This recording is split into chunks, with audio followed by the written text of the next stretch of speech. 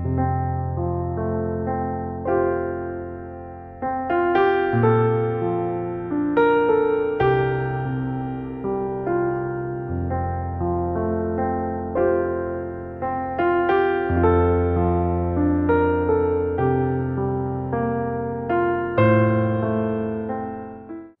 uma vez, obrigado pela presença de todos vocês. É sempre muito prazeroso poder reencontrar algumas pessoas, né?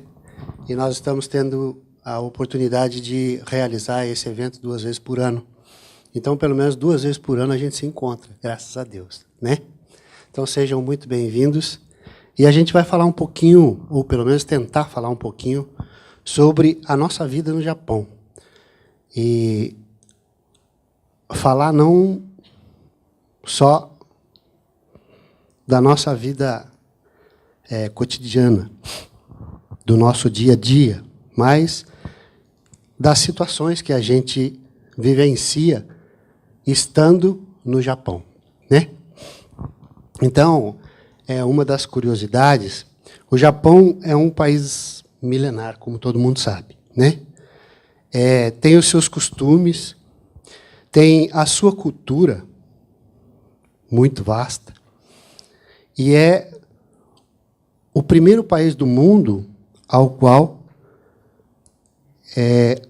a longevidade ele é em níveis assim bastante alto, né? Então as pessoas no Japão vivem muito tempo, 86,4 anos. É a média de vivência no Japão, dos japoneses, né?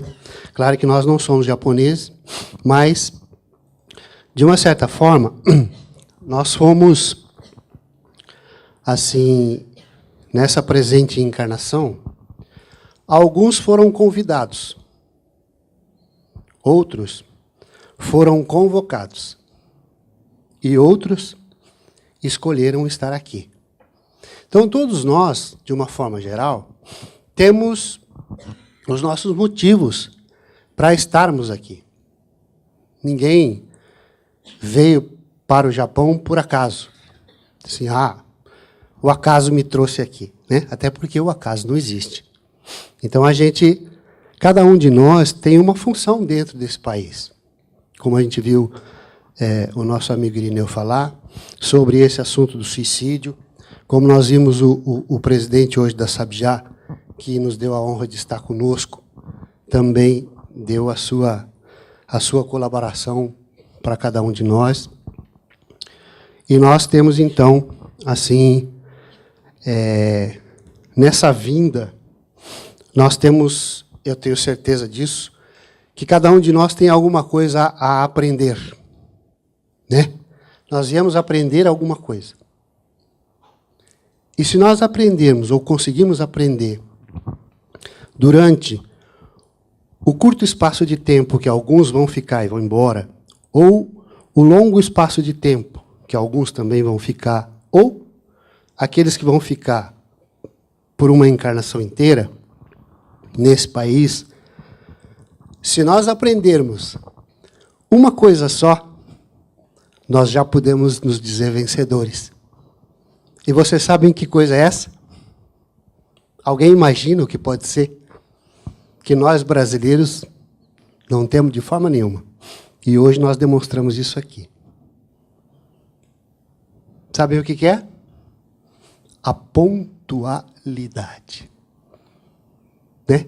Ou seja, começamos o nosso simpósio 10 horas. Não conseguimos.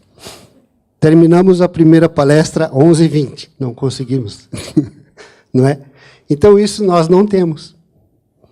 Ou talvez um ou outro tenha.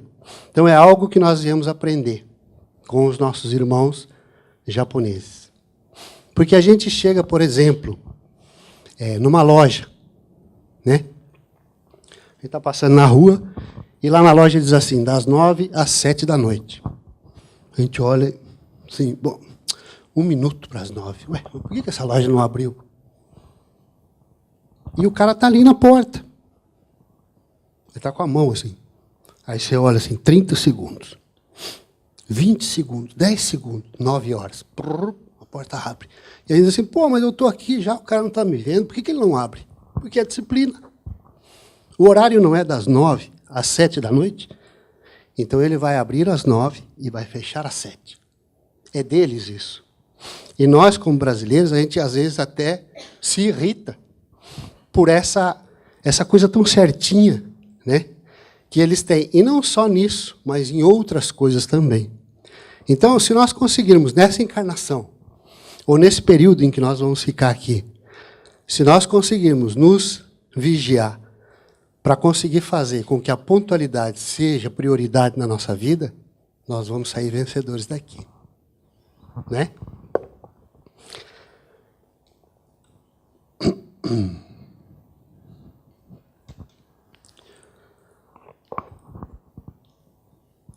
Então, como eu falei, não só a disciplina na pontualidade, a disciplina em si, né? Na pontualidade principalmente. Nós também temos, dentro do Japão, as leis de trânsito, que no Brasil são terríveis, né? Ou pelo menos elas existem, mas não são cumpridas. No Japão, a lei de trânsito ela é rigorosa, muito rigorosa, né? E a gente também não é muito dado a essa rigorosidade, né? Então, aqui ninguém passa ninguém, todo mundo vai um atrás do outro, né? Se está o sinal que é proibido estacionar, a gente não estaciona. E eles não estacionam. Eles respeitam isso.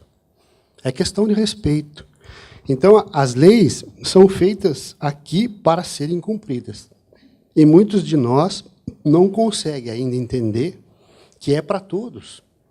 Não é só para mim. Não é só para outras pessoas. É para todo mundo. E isso visa o quê?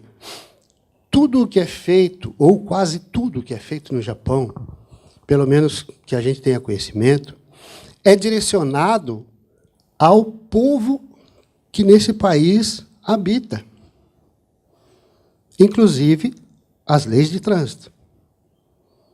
Mas a gente, quando está muito congestionado, a gente quer passar pelo lado, a gente quer dar um jeito, a gente quer chegar antes. E esse antes, às vezes, é 2 minutos. Né? Então, aqui, tudo é muito certo, é muito correto. Né? As leis da sociedade, a hierarquia entre eles. Não é? Isso a gente vê muito nas firmas, nas fábricas onde a gente trabalha, quem trabalha em fábrica sabe disso. Por exemplo, tem uma pessoa que faz parte da firma e que está lá há 20 anos. Entra um menino que acabou de fazer faculdade e que vai ser chefe dessa pessoa. Mas ele não vai, de forma nenhuma, passar por cima daquele que já tem uma certa idade dentro da firma. Ele vai ouvi-lo. E isso, em certo ponto, é bom, porque eles se respeitam mutuamente. Né? É claro que essa coisa de ser muito certinho, muitas vezes, nos impede de usar a nossa criatividade, porque o brasileiro mais criativo não existe. Né? Tem um ditado que diz assim, se a vida te dá uma limonada, faça o quê? Não ouvi. Faça o quê? Se a vida te dá um limão, faça o quê? Uma limonada. Né? Se a vida te der um limão, faça uma limonada. O brasileiro não faz. O brasileiro faz uma caipirinha. Não é? Então, ele tem criatividade para fazer outras coisas. Ele busca fazer outra coisa com o limão, menos a limonada. Porque ele não quer o comum, ele quer algo diferente. Ele gosta da novidade, ele gosta de inovar, ele gosta de inventar. E isso, para os japoneses, não é legal. Eles não gostam disso. Então, nós vimos no nosso dia a dia, muitas vezes, nas fábricas. Eu sou peão de fábrica. Desculpa quem não é, né? Mas eu sou. Então, nas fábricas, a gente vê o quê? Por exemplo, às vezes você pega... eles têm confiança em você. Então, você é o primeiro a chegar e é o último a sair. Né? Aí, como você é o último a sair, uma coisa natural a fazer é ir lá e apagar a luz. E vai embora. Né?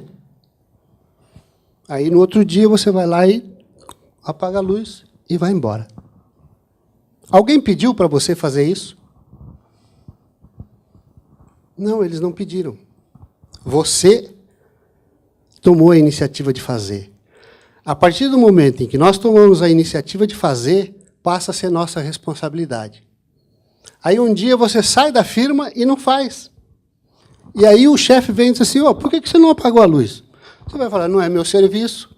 E ele vai perguntar, por que você estava fazendo então?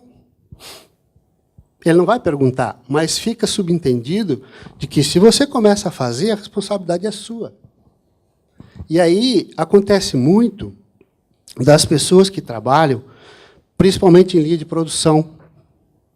Existe a coisa que hoje foi falada aqui, o orgulho, né? Quem que falou? Foi o Davis, acho que falou sobre o orgulho dos médios e tal, né? Ah, não, foi o Mário que falou, desculpa. Foi o Mário que falou sobre o orgulho dos médios. E o orgulho do trabalhador de fábrica no Japão, principalmente os brasileiros, é muito também. Porque a gente entra e vê os outros trabalhando e você diz, o cara faz 50 peças no dia. Eu tenho que fazer 55. E aí você faz 55. Aí o outro olha e diz, o cara entrou ontem, está fazendo 55, eu faço 50. Só não, peraí, eu vou fazer 60. Aí o outro vai e faz 60. E você bate em cima e diz, não, vou fazer 65. Quer dizer, o que a firma precisa é os 50 que os outros estavam fazendo. Mas, como nós chegamos à produção de 65, eles começam a tomar aquilo ali como meta. Se você conseguiu fazer 65, por que vai baixar para 50? Não, é produção, vamos lá. E aí passa a ser o mínimo 65. E aí a gente reclama, os caras estão fazendo eu trabalhar mais do que eu aguento. Mas eles não pediram. Eles não estão pedindo isso. Você fez. Porque você acha que é melhor que o outro. Uma coisa terrível que aconteceu nesses últimos anos, que eu acho horrível, é, por exemplo, está todo mundo trabalhando, e aí eles tiveram a triste ideia de inventar o tal do líder de linha. Meu Deus do céu. Porque é o mesmo que você dá asa a quem não sabe voar. Vai cair. A partir desse momento em que eles inventaram isso, talvez aqui tenha alguém que seja líder de linha, desculpa aí. Mas para ser líder de alguma coisa, nós temos que estar preparados para isso. E as pessoas normalmente não estão. E tem um ditado que diz que se você quiser conhecer o caráter de um homem, dê poder a ele. E em seguida você vai conhecer quem ele é de verdade. Né? Porque as pessoas sobem em cima do cargo. E aí passam a achar que são melhores que os outros. E isso acontece muito entre nós. Né? Infelizmente, acontece. Então, é algo que nós temos que atentar. São coisas que não dizem respeito a nós, mas que, por orgulho, por vaidade, por querer se mostrar, por querer ter uma intimidade maior com os chefes, a gente começa a fazer. E, espontaneamente, a gente começa a fazer. E aí, depois, a pressão é tão grande que a gente tem que ir atrás do Irineu. Irineu, socorro, me ajuda, porque eu estou abalado psicologicamente. Né? E quantos a gente vê assim? E você já deve ter pego casos assim. Né? A cultura dos japoneses é extremamente ampla. Né? Eles têm muitos festivais, eles têm muitas comemorações, né? Tem festival para tudo que é coisa. E nós, a gente passando esse tempo aqui, estando aqui, não sendo o nosso país de origem, apesar de muitos aqui terem os olhinhos puxados, né? Serem descendentes, esse país não é o nosso país de origem. Quem aqui nasceu aqui? Alguém nasceu no Japão? O senhor? Oh, seja bem-vindo. Né? Então, nasceu no Japão. Esse é o país dele. Né? Mas o nosso não é. Nosso país de origem é a Argentina, né? O meu é Brasil, e o de vocês eu acredito que a maioria seja Brasil. Oi? Bahia é um país independente, né? É isso. Então, nós temos essa cultura. A gente tem esses festivais todos. E se nós formos embora, né, daqui a um tempo, daqui a 1 mês, 2 meses, 3 meses, o que nós aproveitamos dessa cultura? Será que a gente aproveitou? Será que a gente conseguiu ser participativo nisso? O Luiz é. Esse eu tenho certeza que é. Porque todo festival que tem, o Luiz vai. Não vai, Luiz? É isso. É conhecer o país aonde nós estamos. Porque nós não vamos, dificilmente, a gente vai conseguir ter uma nova oportunidade de voltar para cá, se a gente for embora. Um dos montes mais famosos do mundo está no Japão, é o Monte Fuji. Né? E aí você pergunta para muitas pessoas, escuta, você conhece o Monte Fuji? Ah, eu conheço, eu tenho uma folhinha do calendário lá em casa que a fábrica me deu. Porque a pessoa está focada só em trabalho.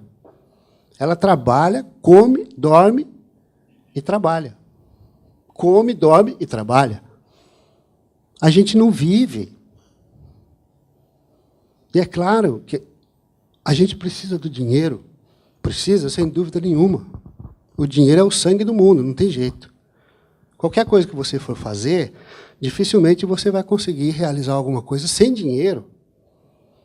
Né? Mas nós temos outras prioridades. Nós temos a nossa família. Nós temos os nossos filhos. Nós temos a nossa esposa. As mulheres têm os seus maridos. Se eu disser que eu tenho marido, aí complica, né? Mas as mulheres têm os seus maridos. Então, a oportunidade que Deus está nos dando de estar aqui é única. Eu sou descendente de alemães, sabe-se lá, né? Por que eu estou aqui? E cada um de nós tem um motivo para estar aqui. Mas conversando com as pessoas, e graças a Deus a gente tem, hoje, né, a oportunidade de, que nem eu falei no início, de nos reunirmos 2 vezes por ano, a gente troca ideias, a gente conhece outras pessoas, e você vai conversando com elas, e você vai notando que as dificuldades, os problemas, são os mesmos para todos nós. A mesma coisa. Quem aqui tem entre 5 e 10 anos de Japão? Mãozinha para cima. Ninguém? Quem aqui tem de 10 a 15 anos de Japão? 2, 3, 4. Quem aqui tem de 15 a 20 anos de Japão? 1, 2, faltou um monte. 3, 4, 5, 6, 7, 8. Então, nós somos, a maioria somos veteranos. Quer ver uma coisa?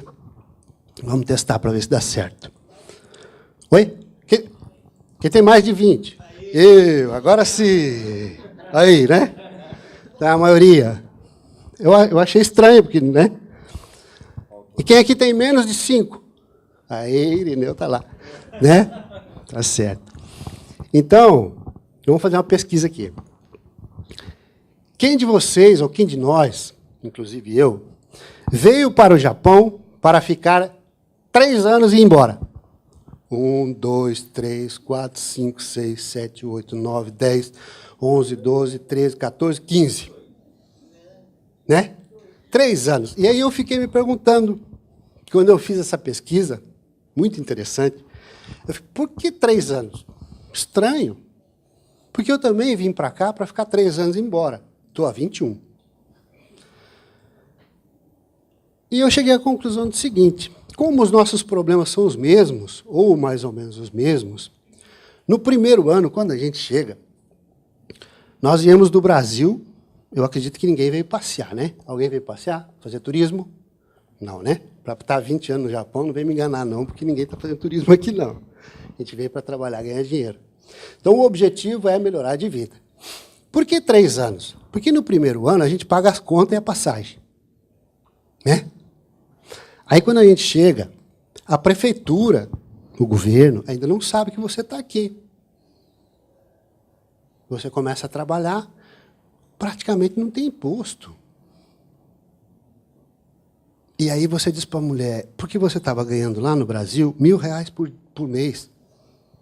Aí você chega aqui com um salário de R$ 9.000 por mês. 300 mil ien, que é o que mais ou menos, né, a gente ganha. E você diz para a mulher, esse é o primeiro pagamento, você diz, mulher, estamos ricos. Tranquilo, 3 anos, vamos embora. Sossegado, ó, mas sem sombra de dúvida. 9.000 por mês? São 108 mil por ano. São 324 mil em 3 anos. Estamos ricos, tranquilo. Pode ficar tranquilo. Tá bom. Passam-se 6 meses. E a esposa diz assim, meu bem, a minha me chama assim, a de vocês eu não sei, eu estou falando pela minha. Meu bem, ela chama assim vocês? Sim ou não? Sim ou não? Ninguém respondeu quem cala consciente, acho que não, hein? Mas tudo bem. A minha diz assim, meu bem, vamos fazer um cursinho de japonês, para a gente aprender a falar japonês. Curso de japonês? Para quê? Eu estou trabalhando no meio de só brasileiro. Eles têm tudo os olhinhos puxadinhos, mas são tudo brasileiro. A gente fala português o dia inteiro. A língua mais difícil que se fala é espanhol. Não precisa. E a gente já sabe falar. Ohayou, konnichiwa, konbawa, beleza. Para que fazer isso? Não precisa. E depois outra. Nós não vamos embora daqui 3 anos. Nós já ficamos 6 meses, 2 anos e meio, a gente está no Brasil. Não precisa de japonês. E aí, quando a gente se depara com a realidade, nós estamos há 20 anos no Japão e não sabemos falar japonês. E nem aqueles que têm os olhinhos puxados. Né? Então, é uma oportunidade que o país nos dá, aprender a língua japonesa. E lá no começo, a gente não sabe, a gente não imagina. E deveria imaginar, porque nós estamos no Japão. Qual a língua que se fala no Japão? Inglês? Não, é japonês. Então, é natural que, mesmo que eu fique 3 anos, é uma oportunidade que eu estou tendo de aprender uma nova língua. Né? Mas eu acho que não vou precisar. Então, são oportunidades que o Japão nos dá e que nós, muitas vezes, jogamos fora. E aí nós culpamos o japonês, não dá oportunidade para mim porque ele me discrimina, porque eu sou gaidin, eu sou estrangeiro, e não é por isso. É porque eu não demonstrei, desde a época que eu cheguei, interesse em conhecer, em aprender e em viver as coisas que eles vivem. Os japoneses têm culpa? Não tem. Então, é nossa responsabilidade aprender. Porque é uma oportunidade que você tem. Se nós chegarmos no Brasil, a gente pode utilizar isso. Você pode chegar lá e conseguir um trabalho de intérprete. Ganha bem, ganha bem. Não ganha bem? Diretor da Sabjá. Ganha, né? Mas tem que saber ler, escrever e falar. Nós não sabemos nem falar direito. Mamar, né? Muito mamar. A gente fala. Escrever, então, uma tristeza. Hiragana, katakana, os kanji de kawa, e toque, endereço, o nome. Né? É muito mamar, bem pouquinho. Né? Ler, também, né? Complicado. Então, a gente se atém ao falar. Mas nós não devemos esquecer, que foi, Luiz está rindo lá. A gente não pode esquecer que nos órgãos públicos, o diretor da SAP já está aí, e ele há de confirmar isso, na prefeitura, nos hospitais, nas escolas, nos médicos, nesses órgãos, aonde se usa um outro tipo de fala, não é a fala de Gemba, não é a fala de fábrica, não é uma fala comum. Então, o que acontece? Sabe, já faz o quê? Ajuda nas traduções. Não tem tradutor lá que ajuda? O Tsuyaku? Tem, né? Por quê? Porque a gente não sabe falar. Porque a gente não sabe ler. E graças a Deus tem uns que sabem, né? Graças a Deus, porque aí eles vão junto com a gente. Mas você vai ficar dependendo a vida inteira de alguém te ajudar numa coisa que você pode fazer? É falta de interesse, gente. Nossa, é falha nossa. Nossa, eu incluo eu junto. Eu também estou nesse barco aí, não é só vocês, não. Nossa. O Japão nos dá essas oportunidades de aprender. Mas a gente não quer saber. A gente só quer saber de comer, dormir, juntar dinheiro. Porque eu vou viver no Brasil. Meu futuro é no Brasil. E quantos eu conheço nesses 21 anos que foram para o Brasil e não chegaram a alcançar esse futuro que tanto queriam. Então, deixaram de conhecer, deixaram de aprender, deixaram as oportunidades escorrer entre os dedos, pensando num futuro que talvez não chegue. E a espiritualidade nos traz a necessidade de viver hoje. Hoje, agora. Estamos vivendo aqui agora. Amanhã, alguém sabe? Se souber, me ensine, porque eu não sei. Então, a oportunidade que a gente tem é hoje. A prioridade nossa é hoje. É fazer a coisa hoje. É conhecer o Monte Fuji. Hoje não dá mais tempo. Homem, né? Sinto muito, mas não dá. Mas é conhecer o Monte Fuji enquanto a gente está no Japão. É aprender a língua japonesa enquanto a gente está no Japão. Essas são as oportunidades que a gente tem. E é uma necessidade. É uma necessidade urgente. Porque a grande maioria de nós não sabe. Não tem ideia de como fazer isso. Aqui eu botei um slidezinho que tem assim muitos... São festas, né, e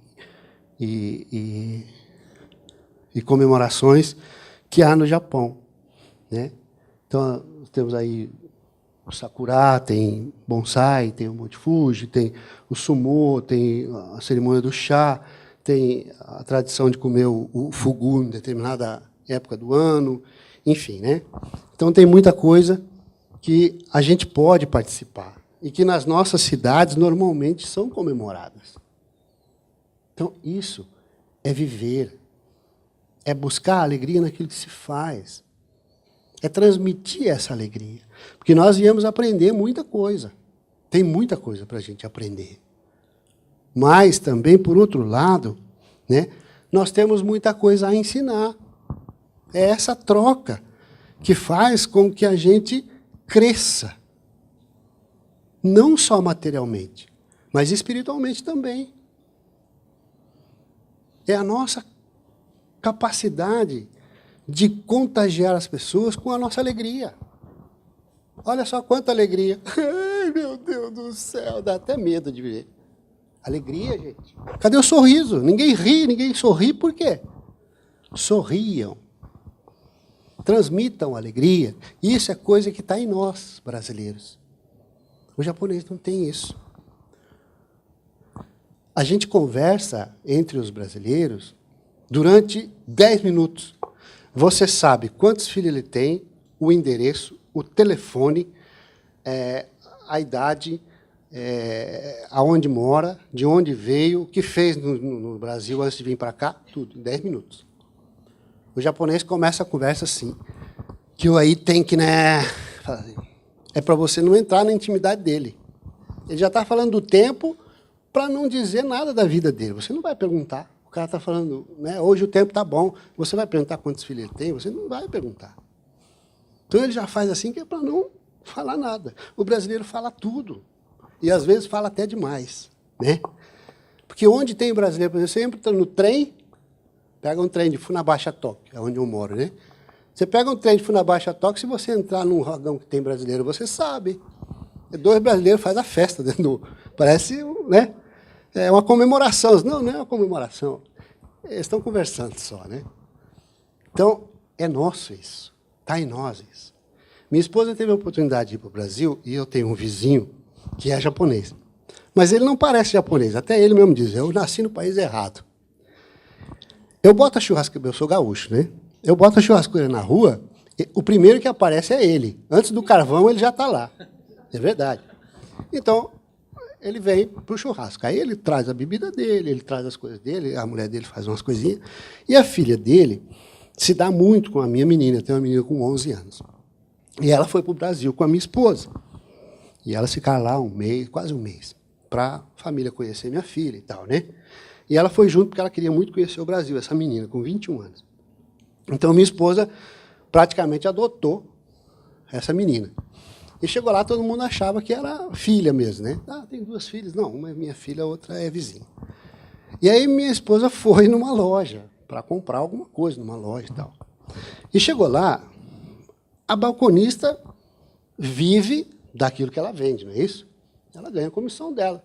Então, ela tem que ser simpática com as pessoas. Só que o brasileiro, quando ele dá para ser simpático, ele é simpático demais, né? E aí minha esposa chegou e a menina já veio, oi, tudo bom, como vai você? E beijo para cá, e beijo para lá. A japonesinha ficou olhando, né? Ficou espantada. Aí ela... Daí acabou os cumprimentos, acabou as coisas tudo. Ela chamou a minha esposa, Márcia, vem cá. Ela falou, pois não, o que foi? Aí ela falou assim, ela conhece você? Né? E a Márcia falou, não, não conhece, ele é balconista da loja. Mas como? Ela beijou você, abraçou você, perguntou um monte de coisa da sua vida e você nem conhece ela. A minha esposa falou, não, aqui é normal ser assim. Né? Então, é completamente diferente a nossa vivência e a vivência deles. Então, nós temos que interagir entre nós para que isso contagie e para que a gente possa aprender aquilo que eles têm de bom para nos ensinar. Essa é a vida. As experiências nos fazem progredir. Se eu sempre for brasileiro e não conhecer nada do mundo, nada, eu vou me tornar um cara chato. Eu já sou por natureza, né? Mas vou ficar mais chato ainda. Então, um dos grandes fatores que o Irineu estava falando na palestra dele, né, no Japão, é que incentivam ou que dão vazão a esse ato do suicídio, é isso, é as pessoas serem fechadas. Elas não se deixam chegar. Claro que nós não vamos generalizar isso, né? Mas a grande maioria não se deixa. Eles não deixam você chegar. Eles têm dificuldade. É deles isso. Então, é uma das coisas que nós viemos fazer aqui. É distribuir a alegria. Porque a alegria é de Deus. E os Espíritos nos pedem isso. Alegria, meu filho, sorria. Veja a vida, valorize a vida. Valorizar as coisas também é preciso, mas cada coisa tem o seu valor. E nós não podemos colocar as coisas acima da valorização da vida. E não só no Japão, no Brasil, em todos os lugares do mundo, isso está acontecendo e muito. Nós estamos amando as coisas e desvalorizando o ser humano. E deve ser o contrário. E nós, a maioria que aqui está hoje, tem como crença, ou como forma de viver, filosofia de vida, a doutrina espírita. E a doutrina espírita nos abre isso, ela nos dá isso. Ela nos orienta para isso. Para que a gente valorize a vida. Para que a gente entenda que não há nada mais importante no mundo do que a oportunidade que nós estamos tendo de estar vivos, encarnados na Terra hoje. Hoje é a nossa hora. Agora é o nosso dia. Aproveitemos isso. E distribuamos isso com aqueles que estão ao nosso redor, que são os japoneses. Em termos de doutrina espírita, né, para os japoneses, nós temos hoje aqui no Japão Em torno de 16, desculpa, 16 a 18 grupos? 18 a 20, já cresceu um pouquinho. Espera só um pouquinho, eu vou tomar uma água aqui. 18 a 20.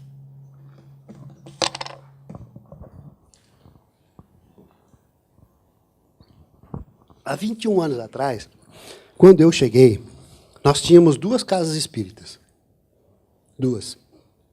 Uma em Tiba, que foi o grupo onde eu participei durante 11 anos, que era a Comunhão Espírita Cristã Franciscana de Xavier, e a outra, lá onde o Deus participou, lá em Nagoya, que é a UNEC, Núcleo Espírita Cristão. Né? Nós tínhamos só 2. Hoje, depois de muita batalha, de muito trabalho, da dedicação de cada um de vocês, nós temos entre 18 e 20. O número, né, ele não importa muito. O que mais importa é a qualidade com que você faz o trabalho. É a honestidade que você utiliza no seu trabalho. E hoje, se nós pegarmos entre esses 18 e 20 grupos, quem tem condições de atender aos japoneses? Fazer isso que nós estamos fazendo aqui hoje para somente japoneses. Quais os grupos que teriam isso? Se a gente fizer uma pesquisa, eu não sei quanto por cento dá, mas é bem pouquinho, pode ter certeza disso. 2? Mas já foi feita a pesquisa. Esse é o chefe, né? Então, 2 grupos. Mas nós temos 20. Né? Aí, nós estamos preocupados em traduzir obras espíritas. Precisa traduzir? Precisa, sem sombra de dúvida. Mas nós temos no Japão a obra principal para o povo japonês, ou para chegar ao japonês, que é o Evangelho segundo o Espiritismo traduzido em japonês. É a única obra no Japão hoje confiável 100%. Não tem outra. Existem outras. Existe o Céu e o Inferno, existe o Livro dos Espíritos, existe Nosso Lar, mas foram traduzidos a meia boca, que nem se diz. Ou seja, quem mandou traduzir, traduziu somente aquilo que interessava para a sua doutrina. Então, se você pegar o Céu e o Inferno em japonês, ele só tem a parte da fenomenologia, só a comunicabilidade dos espíritos, só. Não tem a outra parte. Se você pegar o Livro dos Espíritos, também está faltando um monte de coisa. O único confiável é o Evangelho segundo o Espiritismo. Por quê? Porque foi traduzido por uma pessoa que foi para o Brasil, fez faculdade de letras no Brasil, é japonês, natural do Japão, é japonês, e traduziu palavra por palavra. Levou 9 anos para ser traduzido, que é o tom. E eu tive, graças a Deus, a oportunidade de participar. Não da tradução, né? Não pensem que eu participei de tradução nenhuma, não. Mas eu tive a oportunidade de estar trabalhando junto no grupo quando eles fizeram a última revisão da primeira edição do Evangelho segundo o Espiritismo. E foi editado 1000 livros. A segunda 1000 e a terceira 1000. E nós estamos esperando a quarta, mas até agora parece que está meio complicado. Porque nas lojas você não acha mais. Já não tem, já faz algum tempo. Então, é o livro ao qual nós podemos chegar até os japoneses. Só que, sem saber falar, ler e escrever, como eu vou explicar o japonês que está traduzido no livro se eu não sei falar nem o trivial? Nem o Nihongo de Genba eu não sei falar. Não tem como. Porque são palavras, que nem o Mário falou, lá na sua palestra, sobre a Constituição do Livro dos Espíritos, São termos que Kardec usou que não existiam na época. E Kardec usou para diferenciar isso. Então, como eu vou explicar para um japonês? Será que eu tenho como? Não tem. Tanto não tem, que o Adalberto acabou de dizer que tem 2 grupos que podem receber japonês. Então, a prioridade, na verdade, não são os livros. É o nosso aprendizado. Nós necessitamos aprender para poder passar. Senão, não tem como passar. Só pode dar o que a gente tem. E os espíritos só podem utilizar aquilo que a gente tem também. Não é assim? Eles não vão utilizar o que você não tem. Né? Então, é prioridade aprender. Nós aprendermos. É oportunidade nossa. E aí a gente vai conseguir passar alguma coisa. E nós não podemos esquecer que quem vai... Rapaz, é 3 aqui. Que quem vai dar continuidade nesse trabalho que nós estamos fazendo hoje, nessa plantação que a gente está semeando aí, a gente está semeando, né? A gente veio, está lavrando a terra e as sementinhas já foram colocadas. Então está brotando. Brota um aqui, brota um ali, brota outro lá. Mas quem vai dar continuidade nisso? Eu não vou, porque eu já passei da meia-idade já. Já fui. Estou com 54. Não tem mais 54 para viver, porque eu não sou japonês. Eu sou brasileiro. E o brasileiro vive o quê? Em média, 62 anos de idade. Quer dizer, então estou mais para lá do que para cá. Eu não tenho condições de fazer muita coisa. Passar para os japoneses, talvez nessa existência não consiga. Então, quem vai dar continuidade nisso? É os nossos filhos. Mas aí, com aquela coisa da gente voltar para o Brasil em 3 anos e não ter conseguido, a gente força os nossos filhos a aprender português. Né? Você tem que aprender português. Mas o nosso filho vai para a escola às 8 horas da manhã. E volta às 7 horas da noite e fala Nihongo o dia inteiro. É muito mais difícil. Alguns conseguem aprender. Mas a prioridade não é eles aprender, é nós aprender o japonês. E a gente força eles a aprender. Claro que é bom. Se a criança consegue, se ela tem interesse, é bom, mas normalmente eles não têm. A minha filha fala, filha, vamos falar português. Desliga o celular, vamos jantar, vamos falar português, tá? Tá. Aí você fala alguma coisa, ela fala, mochila com neném. Tem graça esse negócio que vocês falam. Ela não entende. Então a gente força ela a aprender, tentar colocar. Por quê? Agora ela está querendo aprender porque a gente está pretendendo ir no Brasil visitar os parentes. Então ela quer aprender para chegar lá dizendo que ela sabe falar o português. Ótimo. Então a gente está incentivando, a gente está falando, a gente está... Mas a grande maioria das pessoas força as crianças a aprender. Porque tem preguiça de aprender o japonês. A gente incute na criança aquilo que é responsabilidade nossa. E aí vai chegar, daqui a um tempo, como a gente vai fazer? Por exemplo, o meu japonês hoje não alcança mais o nível do japonês da minha filha. Isso ocorre o quê? Um afastamento, porque você não consegue mais se comunicar. É uma realidade que eu estou vivendo dentro da minha casa, e eu acredito que muitas pessoas vivem isso também. Porque a forma deles se expressarem é diferente da nossa. E a gente não consegue alcançar isso. Então, com esse afastamento, você faz o quê? Você não conversa. Você chega em casa, você vai para a televisão. Você chega em casa, você vai para o computador. Eles vão para o quarto deles com o celular ou com o tablet. E aí ocorre o quê? Como você não se comunica, você não orienta, você não auxilia, eles entram no jogo da baleia azul. E vão cometer suicídio. Por quê? Porque estão sendo abandonados por nós, em função do nosso desejo de voltar para o Brasil. E isso nos vai ser cobrado. Se não hoje, lá em cima. O que fizeste com aquele que eu te ofereci? Com aquilo que eu te dei para ser responsável? Ah, não deu, né? Assim, então volta e faz tudo de novo. É assim que funciona.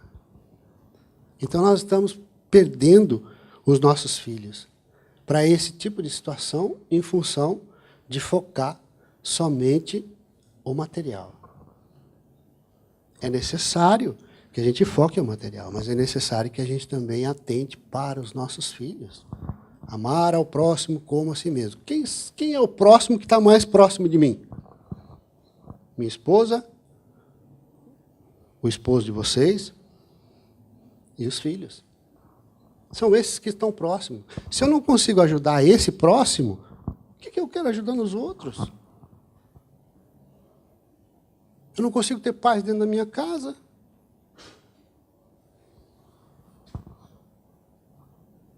Né? Se eu não consigo ter paz dentro da minha casa, como eu vou levar a paz para o outro?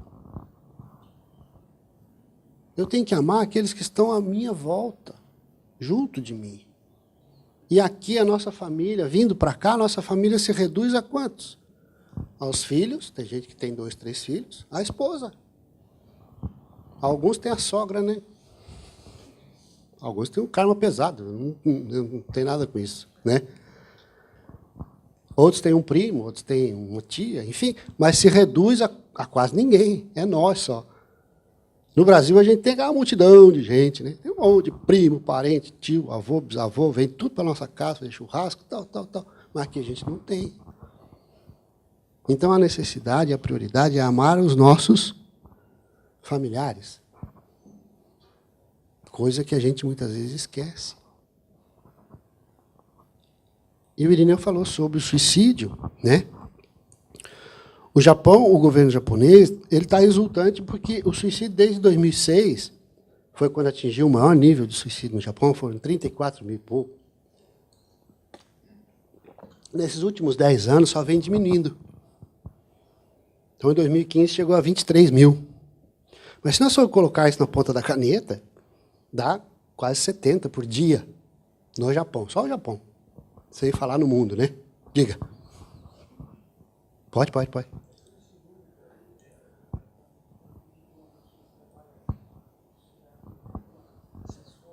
Uhum.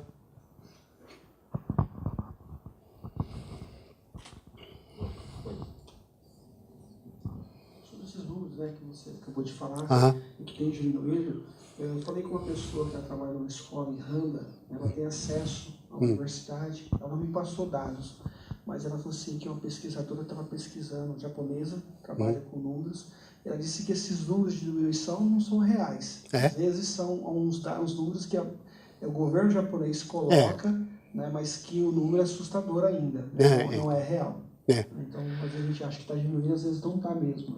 Né? Mas, só completando o que eu estava me reportando, e talvez você tenha razão, né? Mas é a informação que eles passam, né? Então, só que nessa diminuição, dentro desse quadro de diminuição, que seria de 34 mil para 23 mil em 10 anos, existe uma coisa muito grave, muito séria no meio disso. Porque tem aumentado, e aumentou, segundo a estimativa do governo também, em quase 40% o número de suicídios entre crianças e adolescentes. Então, as pessoas mais velhas estão diminuindo. Está diminuindo o número de suicídio, segundo a estatística. E as pessoas mais novas, as nossas crianças, os nossos adolescentes, está aumentando. Então, isso demonstra o quê? Que aquilo que a gente estava falando sobre a meta do dinheiro está, de uma certa forma, contribuindo para que essa meta do suicídio aumente. Para que esses números do suicídio aumentem. E aí diz assim, mas está acontecendo com os outros. Não está, o Davis acabou de dizer aqui, que lá no prédio onde eles moram, está acontecendo entre os brasileiros também. Então não é só para com o japonês. É nossa responsabilidade isso. Estar aqui, buscar a valorização da vida, viver melhor, aproveitar as oportunidades que o Japão está nos dando, que são muitas. com o conhecimento espírita, depois da palestra do Irineu, eu passei a admirar muito mais o espiritismo. Porque ele me esclarece muitas coisas. Nesse sentido, nesse assunto. E em outros assuntos também. Então, que a gente possa pensar, analisar a forma como nós estamos vivendo. Se nós estamos aproveitando realmente as oportunidades que o Japão está nos dando. Se nós estamos aproveitando esse aprendizado, se nós estamos conseguindo passar aquilo que a gente sabe para eles, fazendo essa troca, fazendo essa interação, essa interatividade com eles. Olhar para o nosso semelhante, sorrir, falar bom dia. E não sair de casa armado, porque a gente vai para a fábrica armado, né? A maioria das pessoas vai armado. Os caras dão bom dia, falam, o cara se assusta, leva um susto. Então, sair de casa com alegria. Amar aquilo que a gente faz. Se o emprego não está bom, vai lá na Sabijá e peça lá, eles arrumam, eles indicam. Não, lá está precisando de gente. Talvez, né? Quem sabe? É isso. Mas é buscar fazer aquilo que a gente se propuser a fazer, fazer com alegria. Porque a alegria é de Deus. E é isso que os Espíritos nos orientam. Viver o hoje da melhor forma possível que a gente puder, interagindo com todos aqueles que estão à nossa volta e amando ao nosso semelhante como a nós mesmos. Que a gente possa olhar no espelho de manhã e dizer assim, esse alemão é bonito. Eu sou bonito. E sair bonito de casa. Com um sorriso no rosto. Buscando passar essa energia boa para as pessoas. Para a gente poder mudar essa coisa toda que está se alastrando a cada dia. É nossa responsabilidade. Que a gente possa fazer isso juntos. Muito obrigado a todos. Que Deus nos abençoe hoje e sempre. Diga. Pois não, pois não.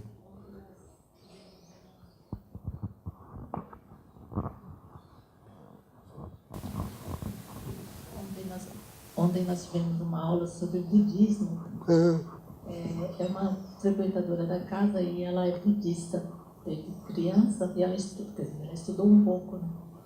E ela veio colocar o significado, né, dentro do entendimento dela.